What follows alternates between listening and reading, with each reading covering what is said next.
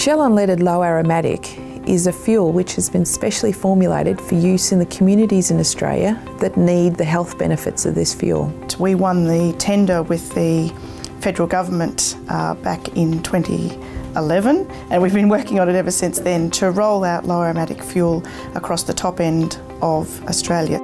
We had been long aware of the damaging health effects that standard unleaded petrol can have in particular areas. Yes, it has an effect in the Indigenous community, but it's not just confined to the Indigenous community. The difference between Shell Unleaded Low Aromatic and other fuels is that it has the same components that you find in a refinery put into it, except less of the component that contains the aromatic compounds that you normally associate with a sweet smell in petrol.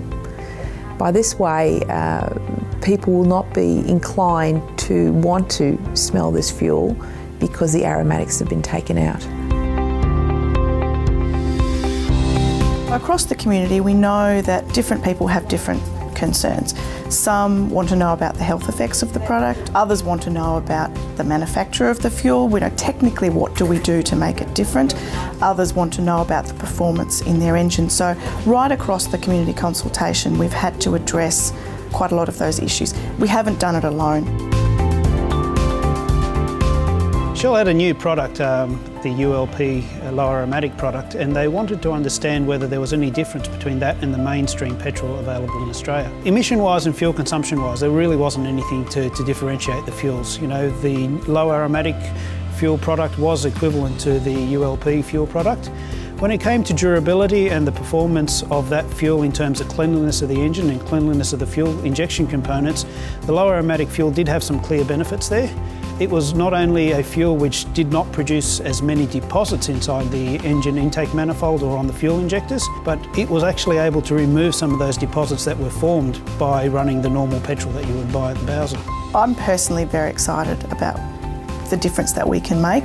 We won't know for a little while how much difference we are able to make on the ground. This program will take some time to roll out, to have those community consultations, but I think we've all seen some dreadful pictures of young kids petrol sniffing.